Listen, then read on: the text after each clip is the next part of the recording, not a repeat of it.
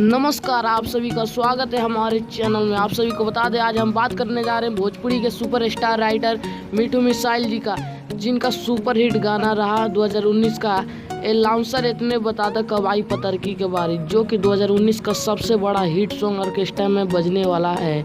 आप सभी को बता दें, इस बीच राइटर मिठू मिसाइल ने भी अपना कहर मचा चुके हैं लॉकडाउन में। आप सभी को बता दें, इनका एक गाना वायरल हो चुका है बिगो पर, बुढ़वा आँख मारेला मुस्का मुस्का के, जो कि गाए हैं अलबेला अशोक और राइटर मिठू मिसाइल लिखे हैं। तो आप सभी को बता दें, ये गाना सिर्फ 300 सब्सक्राइबर पे 30,000 प्लस व्यू प्राप्त कर चुका है।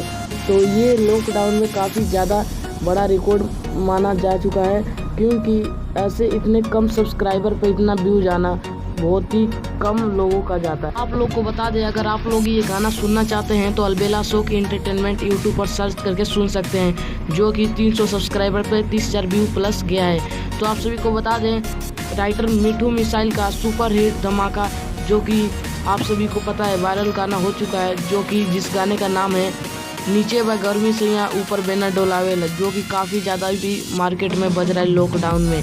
और आप सभी को बता दें, लॉकडाउन के बाद भी धमाका जारी रहेगा। तो आप लोगों को ये जानकारी कैसा लगा कमेंट करके बताएं, और चैनल को सब्सक्राइब करें और घंटी को दबाएं।